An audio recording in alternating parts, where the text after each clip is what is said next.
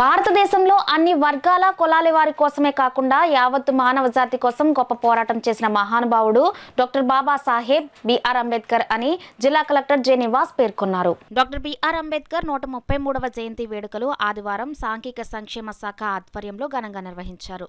కాకినాడ ఇంద్రపాలెం సెంటర్లో గల ఆయన విగ్రహానికి జిల్లా కలెక్టర్ జె నివాస్, అధికారులు, వివిధ ప్రజా సంఘాల నాయకులతో కలిసి పూలమాలలు వేసి ఘనంగా నివాళులు అర్పించారు.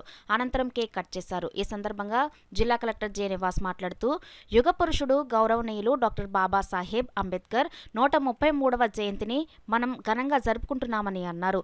మన భారతదేశంలో పుట్టిన ఎంతో మంది మహానుభావుల్లో అన్ని వర్గాలు, అన్ని కులాలకు, ముఖ్యంగా మానవ జాతి కోసం పోరాడిన వ్యక్తి అంబేద్కర్ అని ఆయన అన్నారు.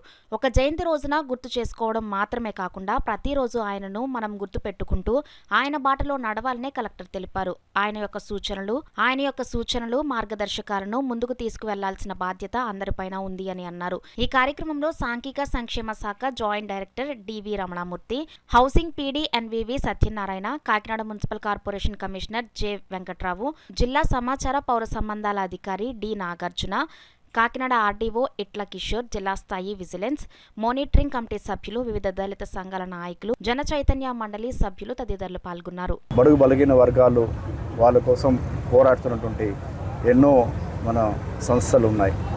అయినా 200 సంవత్సరాలకు ముందు బడుగు బలహీన వర్గాల కోసం ఈ ఒక్క ఆలోచన విధానం వచ్చిందంటే, ఆయనలో పుట్టిందంటే ఆయన ఎంత గొప్ప వ్యక్తి అని చెప్పి మీరు ఆలోచన చేసుకోవచ్చు.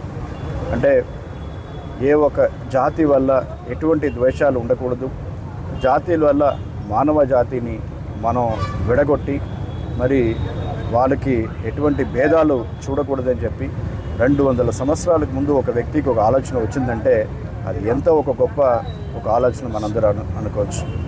మరి ఈనాటికి కూడా ఆయన ఒక స్ఫూర్తిని మనం తీసుకుంటూ ముందుకు నడవాల్సినటువంటి బాధ్యత మన అందరిపైన ఉంది.